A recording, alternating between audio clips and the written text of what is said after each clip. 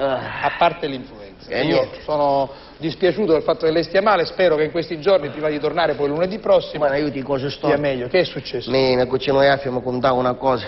Siccome al paese è venuta a abitare una donna, da poco. Da poco tempo. Una bella donna. Bella donna. Ma bella. Com'è? Le due cose, una casa di salute. È sempre esposta a mansione. La signora. Che a tramontana non aveva, un'altra lì ci spunta il sole. Va bene. E allora mia cucina Iaffia, siccome tutto il paese ce ne abbiamo accorti, no? Di questa donna così Ce carina. ne siamo accorti. Magari Ma io no, perché al suo paese non ci vengo. Ce ne siamo accorti, voce del verbo essere, dove essere al paese, popolo? signora Rosa, sa fare canusce, sa Io fare... se vengo al paese mi faccio conoscere da tutti e parlo con tutti di lei. Sa fare senta magari di me. Cioè, ovviamente. Che stiamo insieme, mi porta a mangiare, Bravo. signora Rosa. Sì. Basta che papà lei, problemi non ce n'è. Io Ma scusi, lei prima mi invita, tra l'altro a casa sua dovrebbe pagare lei, vabbè comunque verrò al paese sicuramente. Ma io, signora Rosa, non ci stavo dicendo. È venuta questa donna? Questa donna. Proprio passando ieri, Sì. mi facevano Alfio, mi acchiappavo, e mi disse, ci ho stato, che la signora forestiera, ci ho stato, sì. Mi disse, non ti dico e non ti conto, mi contavo 4 cose, signora Rosa, da rezzare i carri. Addirittura?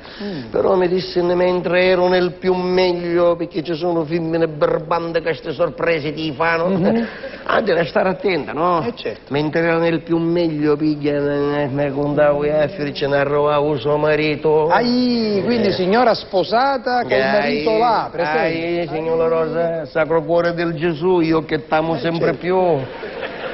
Ti prego, salvami tu. Cioè, tutto in rima, è Che chiaro. suo marito entrava in da stanza di letto, Sì. una specie d'armale. Quindi non solo marito, ma anche enorme. Che andava un bugno d'armoire, che per un quarto d'ora e sportello picciuno da così, a pecchione.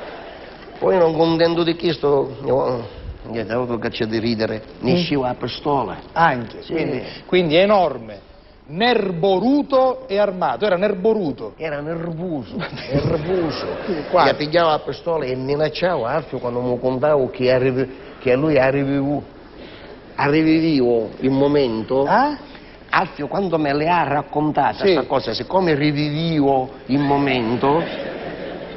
Rivivivo. Sì, ho capito, io ho capito. È lei che non sa dirlo. Ha rivivuto la passata. Ho capito. Quando ha rivissuto il momento, rivedendo la scena, diventava una faccia bianco come morto. Come mi viste da pistola puntata. Io dice che pareva il rapparetto diventato un daddoletto. Sì. Che dice usava un grilletto, che mi stava sparando io, lui a forza dice ti prego, non mi ammazzare, ti prego. E questo si convinceva.